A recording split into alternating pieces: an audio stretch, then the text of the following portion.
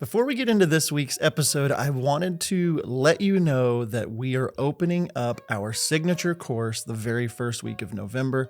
We've changed the name of it from the Complete Wedding Videography course to the How to Film Weddings course, and we just finished re-recording the entire thing. It's been a few years since we recorded the Complete Wedding Videography course, and Nick and I got together and re-recorded everything.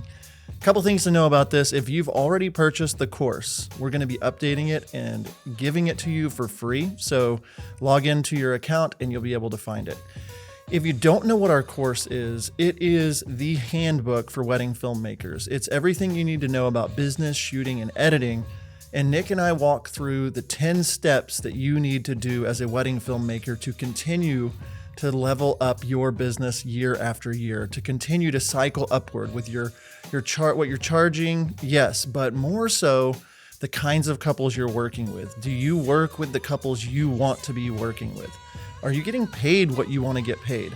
And then finally, is the work that you're creating invigorating your soul? Is it making you just excited? Is it making you feel fulfilled?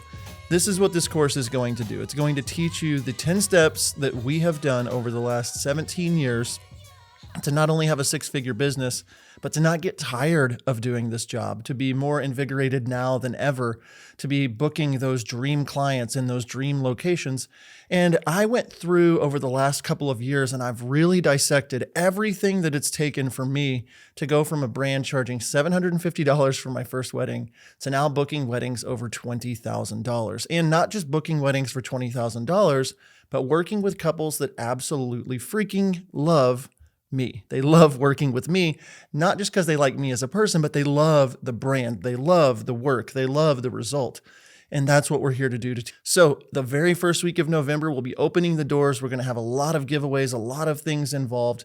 But I just wanted to pop in here before we started this week's episode so that you could know the Complete Wedding Video course is now the How to Film Weddings course, and it's coming out the very first week of November. If you have questions about it, just send us an email to hello@howtofilmweddings.com or send us a DM at How to Film Weddings on Instagram. There's going to be a lot of information here on the podcast as well as in our Facebook group. We are very excited about this. I mean, like very excited. You can head to howtofilmweddings.com to check out all the information. And with that, let's go ahead and hop into this week's episode. Hello and welcome to this week's episode of the How to Film Weddings podcast. My name is Nick Miller, doing this episode solo, sans John, and I just had a really, really great and inspiring conversation with Richard Leng from RL Films Co. He's based in the UK. He has a really, really cool accent. Like I wish that I had an accent like that. We spent some time talking about the differences between European weddings and US weddings and just kind of the styles, but we really dig into something that Richard's passionate about right now, and that is film photography. And we talk about the importance of having something that's fun, that you can be passionate about, to kind of pull you back into this thing that maybe has become a business, but something that you're very passionate about to begin with. So really, really enjoyed that conversation with him. Another thing that I think could really help you if you're in that world of I used to be passionate about this thing and now I feel like I'm out of ideas, I don't know what to do, is we have a great resource over at How to Film Weddings, our outsourcing page, howtofilmweddings.com/outsourcing. And there you can partner with vetted editors that will help you with your wedding films. And I know that being stressed out and being burnt out because your backlog is so massive can be something overwhelming and can make you really hate your job. And so over there at howtofilmweddings.com/outsourcing, we have editors that can help you get your projects done, help give you fulfillment, help give you time, help you have fun doing this again. So make sure you check out there over at howtofilmweddings.com/outsourcing. So I am really excited about this conversation with Richard. So let's go ahead and jump into this week's episode of the podcast. Well, Richard of RL Films Co. Is that right? RL Films Co. Thank you so much for hopping on the podcast today. How are you doing? I'm good. It's been a while. It's been a few years, I think, since the last time I was on. So yeah, it's we've gone through, tough times with the pandemic and things. So we're kind of coming out of that now. We're at the back end. So it's it's been a strange time since the last time I was on. Yeah, it has been. I can't. I was looking back. I couldn't. I was scrolling, and it's been a while because I couldn't even find it. But what for people that don't follow you, this is the first time they're hearing of you and stuff. Why don't you kind of give a quick rundown? I know your Dallas, Texas accent there, and all this stuff that you're involved in. So why don't you just kind of give a quick introduction, who you are, what you do, that sort of thing. Okay, so my name is Richard. I'm the owner of RL Films, and I've been shooting weddings now for, I think it's about 12 and a bit years, 12 and a half, coming on 13 years. So it's been a while. I started weddings pretty much, I would say, about a year after the 5D Mark II came out, something like that anyway, or it wasn't long after that came out. So I started weddings pretty much when DSLRs were kind of on the scene. So it was I would say the beginning of how weddings are filmed now, I guess, or certainly the type of cameras that we use. So it was quite an exciting time to start. And from then I've built up a business that mainly does, I would say about 60%, 70% destination work in and around Europe and further afield, India, the US. So yeah, that's kind of me in a nutshell. I make wedding films. And have done for a long time. Yeah. You say the 5D Mark II. I know that was the first camera I had. I think I shot my first wedding in 2012. So, I've been doing it a minute, just like you. For sure. You kind of got a little gray on top. I got a little gray in my beard here. So, I think we've been doing it a minute. So, sure. But yeah, and you're in the UK mostly. When you say destination stuff, does that just mean outside of like the London area, or are you talking like all around Europe? I mean, where do you primarily go for that stuff? So I think when someone in the UK says destination, it has a different meaning to if someone's from the US saying destination. Okay. And largely it's because your country is huge. So for me, what that means it's outside of the UK. Okay. So I consider the UK local because it's such a small place anyway. So I'm pretty much north of England. So a lot of my work when I'm in the UK would be London, which is about a 4.5, 5 hour drive. But I consider that local. I don't consider that particularly traveling, to be honest. So when we say destination weddings, what we mean is Italy, France, New York, India, Helsinki, wherever we think you're jumping on a plane, basically. Mm-hmm. So that is what I consider destination work. Obviously, it's a bit different for you guys because, you could be jumping on a plane on a long haul flight and still be in the same country, which is wild. But so yeah, if you're in LA and you're shooting a wedding in New York, it's a destination, I guess. For me, though, a big part of destination weddings is you're soaking up a completely different culture, a different region, a different culture, a different country, a different, for us, it's different money. Everything's different. You drive on the opposite side of the road. It's everything possibly is different. So that's part of a destination wedding for me. But I get why I see a lot on the groups where they would say a destination wedding is just a different part of the US. We just don't see it that way. So for me, it's a different country. Largely, my destination weddings are Europe, mainland, so Italy, France. This year was Italy and France mainly. And then long haul is I did up the Catskills this year, which was really good. And a few other places in Europe. But yeah, it's Europe's a big part for me. Mm-hmm. Italy and France, basically. Yeah, that's cool. Yeah, there's so many things that are so different, I'm sure, about being in Europe and being in the United States. And I've heard talking with some European filmmakers and specifically in the UK, just like money, like how much we charge and how things are different, and at least people, at least that's the perception, right? Is that true? Who knows? But something like that. So what, as you were talking about that, and I had the experience. We filmed a wedding in South Africa last year. and going down there, they drove on the wrong side of the road for me. And so that's a fun little thing to experience. I only messed up one time going in the wrong way into a parking garage, and thankfully there was someone that saw me and they honked at me like, "Where are you going?" I'm like, "Oh, I'm a dumb American. Sorry."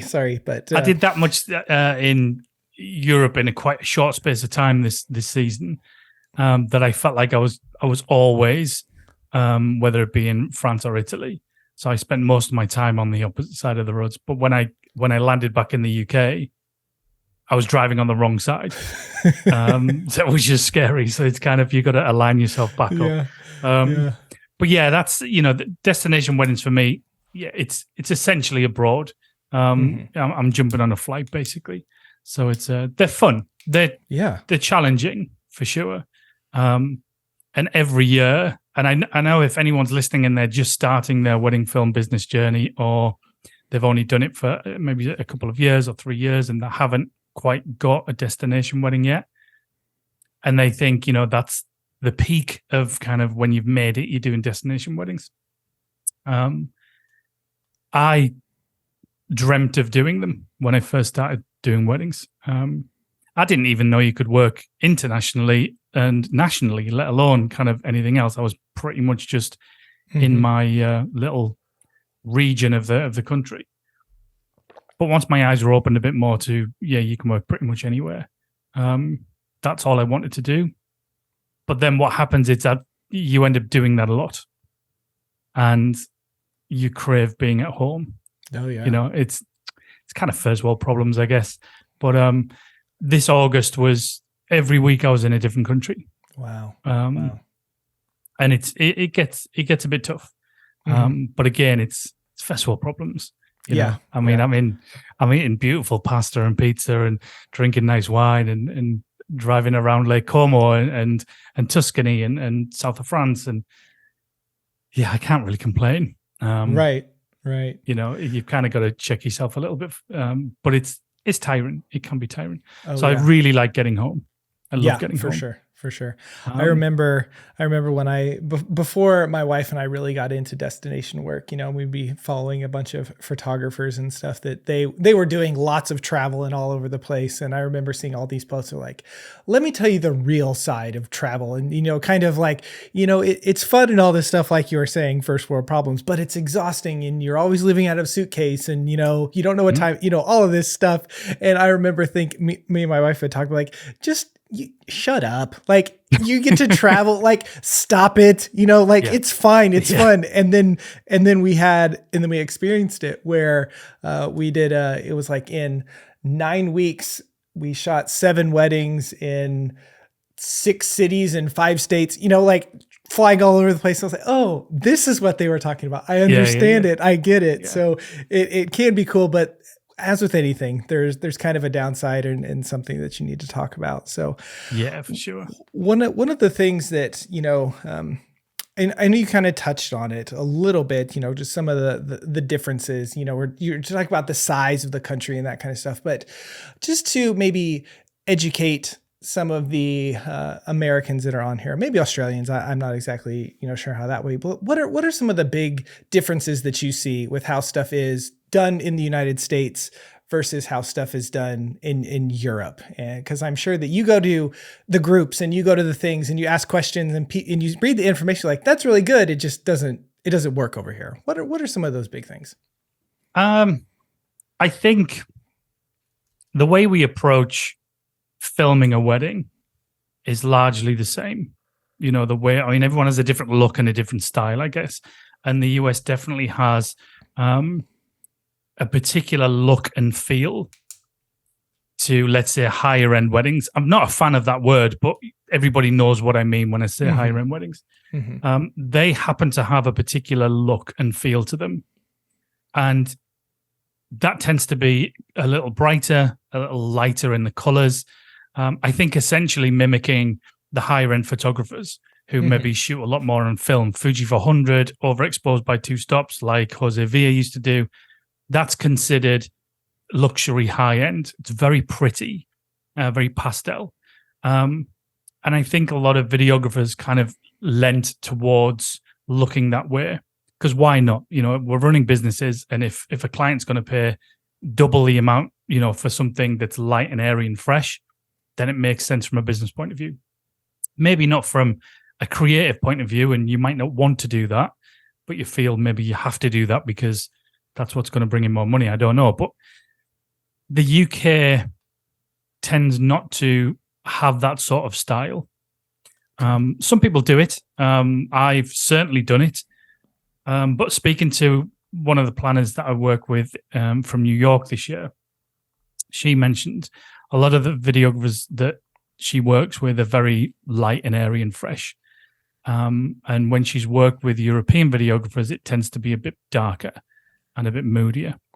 And I think that's the glaringly obvious stark contrast between work from maybe not everybody, obviously, but a lot of European guys and UK guys compared to the US crowd as a whole. You're obviously going to find, people in the US who do dark and moody and people in the UK who do light and airy. But I think from a wedding point of view, I think US couples, generally speaking, tend to go for that light and airy look. And I've seen the comments on the Facebook groups about this, where people really don't want to do that light and airy, but they feel like they kind of have to get those weddings that are going to pay a certain amount of money. So I think that's the biggest difference for me in terms of filming style. Mm-hmm. But I mean, it's kind of, again, first world problems. It really depends on how you're running your business. If how you shoot and the look and feel of how you shoot is really at the core of your brand, then it's going to feel more impactful to change that to something that's light and airy. Some people really don't care. Some people are just running a wedding business and they don't have any sort of connection to how the film looks at the end. And it's either or is totally fine. But I think the biggest difference is the look and feel. And I think that's driven by what the clients want, as it should. We're filming their wedding. It's quite rare for me to come across somebody who is from the States, shooting in the States, and is filming in a way that's really kind of, a lot darker and a lot moodier. Strangely, I don't see it as dark. I just see it as exposing for the highlights. And that's it. It creates a darker film. Or certainly putting the subject in strong light. So when you expose for that light, everything else can be dark. That's my preference. But yeah, I think that's the biggest difference. I think it's the client that's driving that, I don't know. It's hard to explain. I've done weddings for European couples that they want really dark, moody kind of work. And I've never had that. I've never had a US couple ask me for that. Yeah. Or certainly they've never said, go darker. Yeah. Get moody. That's really interesting. I wonder, and I do agree with you that it tends to be whenever you get up in price, that at least for the film, I think that's kind of as the higher end, as you were saying, just that lighter look, just that pastel-y look, what Jose Villa does, that kind of stuff.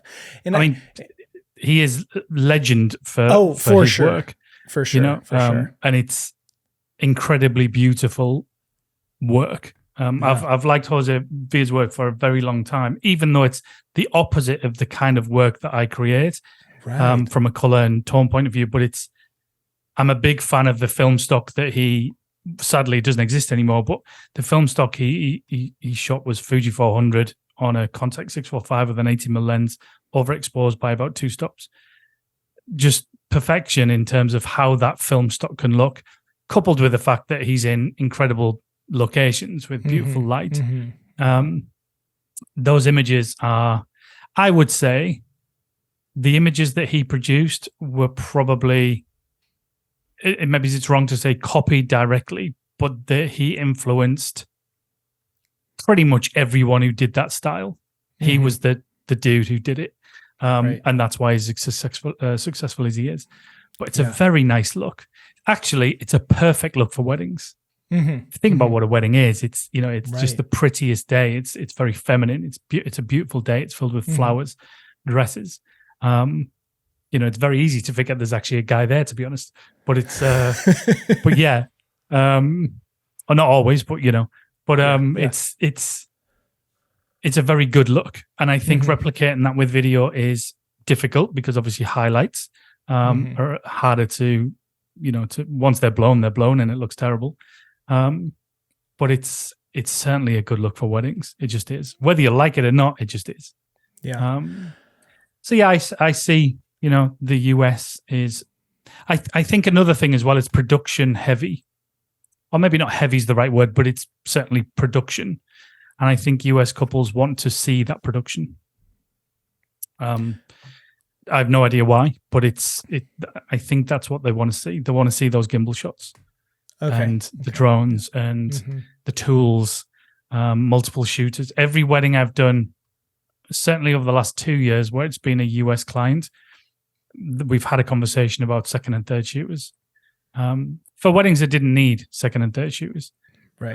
But they wanted the production. I don't know why that is. I mean, that's someone in the US to tell me, I guess. But yeah. That's that. Back to your comment about a lot of European stuff is more darker, more moodier, and it looks like I was watching some of your films on your website, and there's this one where it's like.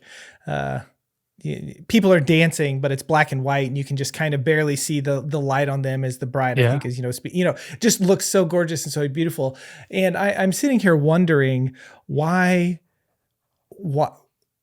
is that the style, like more of the style over there, and it's different over here? And I don't know if we can have an answer or anything like that. I'm just sitting there. I'm like, that's an interesting thing. It's like you cross a state line here, and things are just totally different. Why is that? Like, is there something about this line that makes things different? But I don't know. There is no answer. I don't think. I think. There is some guys who are, there's some people who in mainland Europe who are, their style of filming and their editing is way out there, to the point where, sometimes it doesn't even resemble a wedding anymore, and it's just this really cool kind of piece of art. And I just think, in my experience, some couples in Europe are just really down for that. They're just really down for something a little more left field. And I think it's obviously always going to be down to the couple, because if the couple didn't like that, they wouldn't book it. And the more people who get booked for that, the more people will do it. So it's always driven by the client. It's a kind of it's a creative thing. That's all it is. I know the couples the film you're talking about, she's an actress and he's a producer in LA, in Hollywood. So we had a good conversation around kind of our influences and what I like in film and the type of films that I like to watch. And we kind of matched up on a few of those things. So we spoke about use of light, and a few of the films that he just pours over as a producer, and he directs as well. So someone who's just into films, it turns out a lot of the scenes that he loves was very much like that. It was very much kind of a little bit more mysterious in terms of sometimes there's nothing on the screen, then there might be a flash of light and you can just see someone dancing. He really wanted to try and emulate that sort of stuff. Luckily enough, the dance floor and the lighting on the dance floor enabled me to do that, but it's a risk. That's all it is. I actually think, to be brutally honest, I think it's really difficult to take those risks on big weddings that are paying a lot of money. Yeah, for sure. Because these type of shots aren't easy to get, so they take time. So while you're taking the time out to make sure you're taking risks and being more creative, you're probably missing a lot of things. And maybe you don't want to miss those things if you're getting paid triple what you normally would. So maybe the more money you get and the more people involved, the more production involved, maybe that hinders the risks.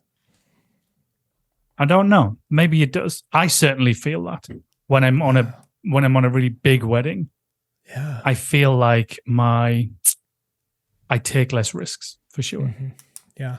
I know in talking to some friends that are, what I would say are in the luxury space, at least in US dollars, they're charging, $20,000, $25,000, $30,000, like these really big productions, multiple day events. And I would be interested to talk to them and kind of ask them that question. Do you feel like, in a way, creatively, you're kind of stuck in a box? Or do you have things that you don't want to do or you don't want to try because you know that the couple spent hundreds of thousands of dollars on this thing and you can't spend 15 minutes focusing on this whenever other things are going on or whatever? Man, that's a really good thought you just came up with there, and just kind of working through that. Yeah. Yeah. I think think about it. Let's say you've got a wedding in one of the biggest venues in the US, let's say a wedding or a venue that you've dreamt of booking because only incredible weddings go there. And the planner happens to be, I don't know, one of the best planners there is. And you have been chosen to do this wedding. And that's a lot of pressure. Mm-hmm. The florist is the best florist. The dress designer is the best dress designer, if there is one. But it's kind of everything in your mind is this is peak. This is the moment I need to really deliver. That's a lot of pressure, and I think that probably would kind of inhibit a little bit of creativity, even if it's just a small percentage of it. You definitely take less risks because you have to deliver. This is the moment. Whereas a wedding with 30 guests in a private home, that is, don't get me wrong, it's no less important because it's still a wedding. Sure. But maybe you have a little more time, a little more freedom to be able to take more risks and try some things.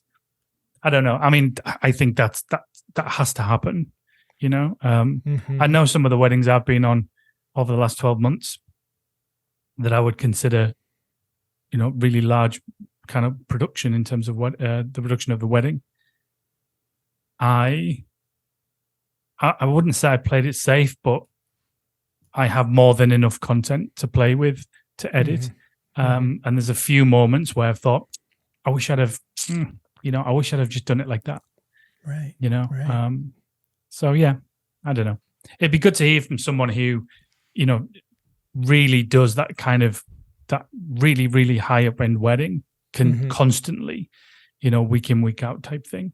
Because I do see, even some of the people who do shoot those weddings all the time, I've seen comments where they've said, it's not about being the most creative. And they say, I don't make the best wedding films. But they have really great connections. They're really good with people on the day. There's so much more to it than making a cool film. Oh, yeah. So it's, yeah, for sure. Like those big high-end weddings, that the content you get from it, the film, the photographs, everything isn't always going to be, the wow stuff. Sure. And I think that's why. I think there's there's a responsibility. Yeah. Yeah. Less playroom. Yeah. So you're talking about maybe some of this stuff where you're on a wedding day and maybe you wanted to be more creative. Maybe you wanted to do more, but you again feel obligated or, kind of whatever. And I think that a lot of us fall whenever it comes to weddings, at least I have, and I'm just assuming that a lot of people are kind of like me, that you just get into the groove of showing up and doing it. And then, that creativity or, some of those things that kind of falls to the wayside or, you're not as excited to do it because it's, I'm at this venue again, or I'm doing this and, just kind of the repetitiveness of those things. And so we were chatting, a little bit before we hit record about some stuff that you have started doing personally that you are kind of passionate about that I think you were kind of alluding to, that it's kind of helped you in, wedding filmmaking by kind of doing this other thing because it's able to free your mind to do some other stuff. So why don't you kind of talk about some of the things that lately that aren't necessarily wedding specific, that you've been really passionate about that has really helped you move forward in your business? So I've been shooting as a photographer probably longer than I have as a videographer. So it's actually how I started. And the first camera that I really kind of got into was a film camera. So I've been shooting film for a long time. And I think on the first time I was on the podcast, I actually had that camera on the table, and I kind of mentioned the double page spread I had from that camera. So I've been shooting film for a long time, film cameras, but I hadn't shot them for a while. I was just filming weddings, editing weddings. I was just consumed with, weddings basically. Yeah. And I would say I got to a point, I think it was probably last year or the beginning of last year, where I certainly started feeling like I certainly wasn't churning out work, but I'd hit a little bit of a brick wall. I found it harder to edit each film and make it as it should be, as something that the couple are going to be really proud of. And I found it was taking me longer and longer to make that wedding film. It was almost like I was out of ideas, Yeah. and I don't know whether that is burnout. I don't know what it is, similar to writer's block or something. So I thought, you know what, I need to do something that isn't weddings. I need to just do something creative, something I enjoy. And I picked up, I'll show you. So that's the camera. So I picked up a Pentax 6.7, which is a pretty hefty camera. It looks pretty beastly. Yeah, it is. And that's the light version because I've got the waist level finder, whereas it comes with a prism that you look through like a normal camera, and that's heavy. But I bought this thing. I've always wanted one. It shoots medium format film. It creates 6x7 negatives, hence the name of the camera. Big negatives, incredible detail. And you've got to be slow with that camera because you only get 10 shots on a roll. So it works out probably, and depends what film you shoot, it kind of works out about £4 a shot end to end, not including the price of the camera, just the film cost and developing. So whatever dollars that is, I don't know, $6 maybe. So if you're paying $6 a shot, you have to be pretty careful with when you press the shutter. So it naturally slows you down. And it's not an easy camera it's not a quick camera. So I just found, documenting, kind of going around with this camera, taking photographs, some of them times at a wedding, sometimes not at a wedding. And I thought about just recording it and just filming what I'm seeing through a camera. And in turn, what happened was I used them for reels. The one thing I've always struggled with is creating content for reels because I've just spent the whole day editing weddings. I don't then want to edit something on Final Cut again, Right. Whereas I don't need to do that with this. I can just use my phone, edit quickly in CapCut, and it's done. So I've been posting a reel top down, filming this camera every day for the past, 8 weeks, something like that, 7 weeks.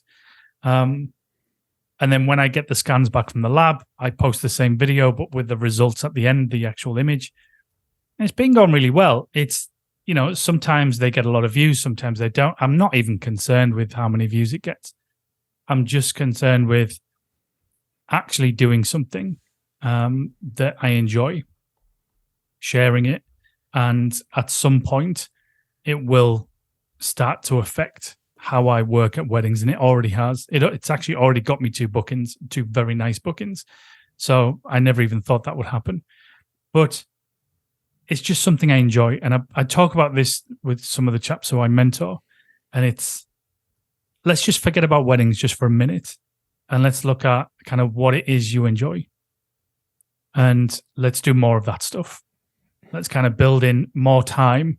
I don't mean more time than running a business, but just build in some time to actually go out and do things you enjoy. I went out, what time was it? About 4:30 in the morning, went to the beach last week. I couldn't really sleep. So I was like, you know what, screw it. I'm going to get up, go to the beach for sunrise, take the camera. It was just the best morning. Beautiful weather, sunshine. There was people swimming in the sea. So I took their portraits, and I used to do that a long time ago. I used to approach strangers and ask for their portrait, and I started doing that again. So it's something that I really, really enjoy, massively enjoy. It's a lot of money. I spent pretty much about $1,000 on film developing last month. So I need to pull that back a little bit. Can't be doing that every month. I can't be spending $12,000 a year on developing. But it was a month of lots of destination weddings. It was a month of traveling, and it was a month of capturing it through the top of this camera. Look, and I've loved it, and I really enjoy it. And I urge everyone to do that. If you are still hugely into weddings, and I am into weddings, it's my business. But I'm at a stage where I need something else. Mm-hmm. I just need a bit of a creative release, and that's what that does. And what it's done is it's made me want to. My ideas for my most recent edits are back. I feel more creative when I get back to wedding editing. So it's been a perfect little tool for me. A lot of people ask how I record. So I got that made. I'll pop it on. I got a machine shop. Yeah. So for people that are just listening on podcast, he has it's like a monopod kind of that he can attach his phone to. Yeah. That screws right into the top of it to get that shot. So. And that's kind of how it works. The phone just films. So love it. Yeah, I've just enjoyed it. You know, it's gotten me out, to go shoot some content and go and shoot some images at times where I just wouldn't. So I'm getting back to what actually made me start this entire journey in the first place. Yeah. When I left my previous career, the reason I left was because I was shooting on my old 35mm Olympus OM10 camera, and I shot at the same beach I was at last week. And it was a picture of two surfers walking into the sea at sunrise. Everything was red. It was beautiful. And I got a double page spread in a magazine with that shot with a $30 camera. And that essentially is the start of me leaving that career and going into using cameras for a living. I didn't think I was going to do weddings at the time, but it was the catalyst for actually leaving that career. Wow. So it's just come full circle, really. I'm kind of back at the same beach, taking photographs with a film camera.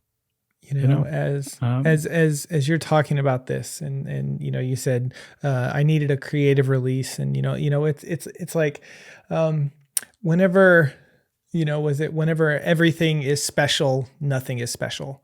Whenever everything is something, nothing is that way. And I think so many of us get into this industry because we want that creative release. I have these ideas, I have this stuff. And now, yes, there's people that are like, this is a great business and I'm going to run into that. But the people that like start it from a creative standpoint, but then as you get going and you start shooting 25, 30, 40 weddings a year and you get really busy, whenever you have to be creative all the time, then do we kind of get into that same conundrum, right? Where if I'm creative all the time, then that means that nothing is creative because everything I'm doing is this thing. And so you almost have to shift your focus into something else. And a few things that I wrote down that you said is like, as I was editing, I just felt like I was out of ideas.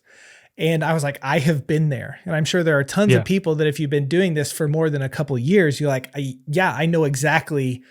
It's like, or I want to do something and I've done this same sequence of stuff every time. Like, what's something new I can do? And you also said that you liked how you with that camera, you have to slow down. Like it takes a little time to set it up. It takes some time to take the shot. It takes and you don't have very many. And if it costs pretty quickly. And at least, American culture, I think it's shifting a little bit, but it has been so go, go, go, hustle, hustle, hustle, hustle, do so fast that we're just in that all the time. And so we feel out of ideas. And I love that you're like, you know what? I'm going to take a step back. I've hit a brick wall. I'm out of ideas, and I'm going to do the thing that really got me into this in the first place. And I think if so many of us would come back to our roots, like that's what's, I know I'm having to, why did I start doing this? What am I doing? And kind of taking that step back. So I really appreciate that story as, someone that's been doing it for a while. And I've been thinking, we were chatting a little bit before we go, as we're recording this, I'm getting ready to head to Italy. And I've been thinking, what's something I can do while I'm there that maybe is for me? Like and if I post it, great, maybe it'll be like your top down shots where you're like, I'm just going to do this as something. And, it's kind of caught on a little bit, but it's like, what can I do to fulfill me? And as a creative person in this industry, I think if you're not feeding that creative side of you, then, you're just going to be like an empty well, an empty bucket. And you're like, oh, I'm out of ideas. I don't know what to do next. Yeah. I mean, it can't be just work all the time. And the reality is, weddings are a little bit of a mix, aren't they? Weddings are work. It's what we do for a living. And if we can be as creative as possible on the day, if we can be very proud of the shots that we're getting, or at least of the film that we've made, then that's the goal, But everybody's different. Some people can't do, a full season of weddings and be as, energetic and creative in your thoughts from the first wedding to the last wedding. That's just, it's not how it is. It's not how humans work. So you got to do whatever you've got to do to make sure that creativity stays and make sure that buzz stays, even just for the client, because, it would be horrible that the last shoot of the year only gets 50% of your creative abilities compared to the first. That would be horrible. We always want to bring, obviously, our A game. So I think you've just got to find something. If you need to, you've got to find something that's just for you.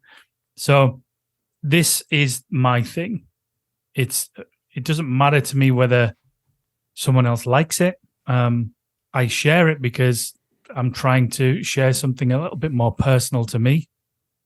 And it's almost a little bit of a window into where I'm at, where I'm traveling to, what I'm seeing, what I'm taking pictures of. It's not always a wedding.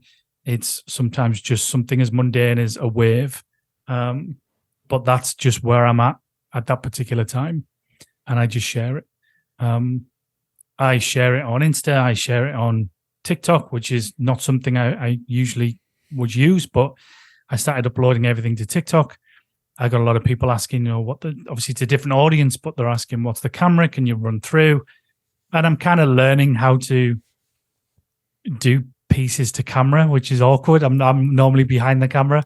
So even that is being quite fun, just interacting with a completely different set of people who use that platform. But just, it's been fun for me. It still is. So it's something that's going to be for a while. But also it's made me realize that I actually want to shoot more as a photographer as well. So next year I'm taking on 5 weddings as a photographer. Got a couple of those spaces filled. So I'm just going to try shooting weddings. It will be on film. So they're really nice weddings to shoot. And the client wants, that wedding to be shot on film. Are you going to do that? So are you going to do that 100% film, or are you going to do? I'll do it as much as the light allows me to. Okay. So I think as we get into actually very similar to you, it's in Tuscany, so it's you'll see when you go how nice usually the light is. Yeah. So I'll be shooting. I would say most of it. I would say 90% will be on film, a mix of 35mm and medium format. And then when we get closer to the evening and the light is maybe not as nice, then naturally I'm going to be turning to digital just because of the film speed. Sure. And I think I'm probably going to I'm going to have a digital camera on my neck anyway. So I'm going to be taking shots on digital, not for like a safety reason, because I'm actually pretty well versed with film cameras anyway, but there's going to be certain shots that I want to make sure that I've at least got a digital shot of it. So, but next year is going to be fun. It's going to be a little bit of a mix. So I'm going to try my hand at the first wedding I ever shot was as a photographer. So it's not something that's new to me, but I quite like the idea of having a mixed season. And the beauty of film, there's no editing. Yeah. There's no editing. You literally put them in the post, send them off, and then about 10 days later, they all come back. Minimal work needs doing. Beautiful. Yeah. And I quite like that idea. So, yeah, it's going to be a fun year next year. One thing that I appreciate, I think you've said the word fun no less than 15 times as you were kind of talking about this stuff. And I'm not doing that to poke fun at you or anything, but I'm saying that to say that you're finding a love again. You're finding enjoyment again. You're finding something that maybe had been missing from your work life or your creative life for a while. And so finding that fun. And I think that so many of us get into business and we get working and we get going, and then we forget, I used to really enjoy this, or this used to be really fun. And so how can we make it fun again? And I think you've kind of hit on that a little bit, is, finding that thing that caused you to fall in love in the first place and go from there. Yeah, I think especially in an age where if all you do is, let's say you only follow me on social and you only follow 10 people on social media, you will, and this is the nature of social media, obviously, you will never know if they're, not enjoying it, because it's not something we're ever going to put out there, right. So everybody looks like they're enjoying it. Everybody looks like they're having the best time of their life. Everybody looks like they're running an uber successful business, and that is just the nature of social media. It's how people portray themselves, whether it's true or not. And that's a whole different conversation, obviously. But I think if anybody listening, if you're in a situation where you've been shooting a while, or you just feel like you're not producing the work that you want, or you feel like you're in a rut and you're constantly just doing the same thing all of the time, then I highly recommend it's just to take a step back and do something for yourself. Do something that's not anything to do with weddings. Do something that's just purely for you, just for fun. Share it, don't share it, whatever you want. Do it for long enough, and it's going to impact how you feel. It's going to impact, especially from a creative point of view, it's going to impact how you approach the work that essentially pays the bills. You're going to create new ideas. So while filming top down with my camera, I'm editing a video at the moment, a wedding film, where the opening scene to the film is the same thing, but I've got this camera and I'm filming with the Sony instead of the iPhone. So I've got the Sony on a tripod hanging over the Pentax, and it's quite a moody start to the, it's just me loading some film, and then I flip it up and what you see is the bride. And she's just kind of sat next to her. It's a portrait of a bride. She's window light, quite close to the camera, and she just stares into the lens. But you're seeing it from the photographer's point of view, I guess. Mm-hmm. And then I press the button, and it makes a really nice shutter sound, and then the titles come in. And I've wanted to do that for a year. I just didn't have the time on a wedding, and this wedding I did. So that's the opening. And that came from doing this daft little thing, filming my camera. Right. And it's going to be really nice. It's going to be black and white. You know, you're going to see this bride all kind of sultry looking at the camera, beautiful dress. So it's one of those things. It's kind of from something that is a personal endeavor has come some new ideas and some fresh way of looking at, you know, what I do for a living, wedding films. Yeah, and I've had this conversation with, like I say, with the guys that I mentor is, you know, let's just park weddings for a minute, and let's just look at what are you into? What is it about imagery that you love? One recently, he really likes symmetry, like he's almost OCD about symmetry in his non-wedding life. Mm-hmm. Everything has to be in its place and symmetrical. So I was like, all right, cool. Let's make that your thing. Let's just, on your socials, just share that. Share imagery that's like, whether it be weddings or not, but just show people that your thing is symmetry. Start bringing it into weddings more. And what you end up with is clients that also love that symmetrical thing. Yeah. And long term, you're going to end up with, you know, people who gravitate towards you because, I mean, this has been, you know, this is not rocket science, but it starts with just doing something you enjoy. So yeah, that's why I'm doing it. I needed a little bit of a break. Yeah. Do something I enjoy. And it's been good. It's been good. It's been fun. And then it's been fun. And then, you know, now it's like you kind of did this to separate, to recalibrate your mind, and now it's kind of seeping back in, but in a good way, and in a fun way. And you know, we'll kind of see where it takes you. But you know, these I've been seeing them, you know, like you said, you've been posting them for months, and you know, I've been seeing these top-down reels, you know, pop up where this, and at first I thought, I was like, man, is this some like stock video that he just put, and then he put a video, like I thought you were doing some editing trick, and I was looking at it, I was like, no, like this is the real thing, you know, showing from the top down and what that stuff is. So, you know, I think we're about to wrap up. Really enjoyed this conversation, but if people want to, you know, see these reels and kind of see the stuff that you're into, or, you know, kind of see some of the stuff that you offer, where's the best place for them to connect with you, or just to check this stuff out? To be honest, usually just Insta, just RL Films Co. Or just type in RL Films on Insta and you'll find me.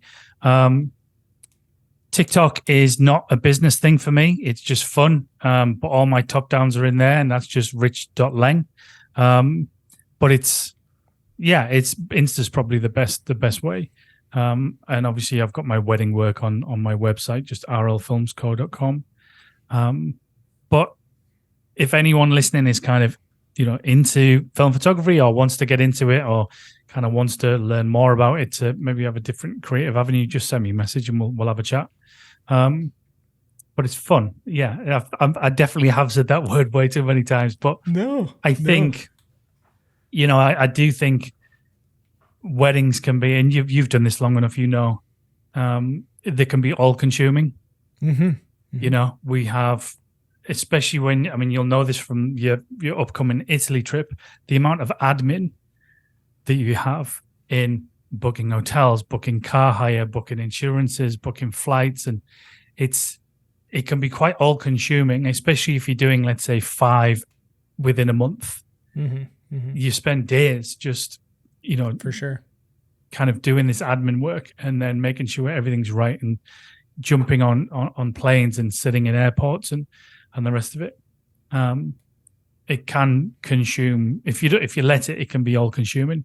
So I think just having a little bit of time for yourself, still doing something creative, still kind of driving that, but yeah, something that's aside from the job, I guess. Yeah. But if anyone's kind of into that, drop me a message. We'll have a chat. Yeah. Good job. Well, Richard, it has been awesome having you back on the podcast. I thank you. Thanks for having me. Taking time out of your day to be with us. And it's been great. Thanks for being on. Again, Richard, thank you for coming onto the podcast. I'm very interested in continue watch you in these reels that you've been putting out and what you're doing with that and how that is going to continue to help you grow and move your business forward. Listeners, thank you so much for tuning in. I appreciate you taking the time and letting us talk to you and encourage you and hopefully inspire you to do something a little bit more than maybe you've been doing and be creative for yourself and do something for yourself that you really enjoy. It's been good. I enjoyed doing this one. And until next time, we will see you. You know what can be the worst? Needing to find a lead or a second shooter for your weddings. Have you ever asked for a second in our Facebook group only to find that person isn't available or they're unqualified? If you've ever run into this problem, we've got the solution for you. Second Society. Second Society is an online platform where you can find lead and second videographers and photographers all over the world. List yourself as a shooter or search the database and find the perfect fit for your brand. Let Second Society remove the stress of finding additional videographers and photographers. You can learn more over at howtofilmweddings.com/Second Society. Create your account and use promo code HTFW20 at checkout to save 20% off your annual subscription.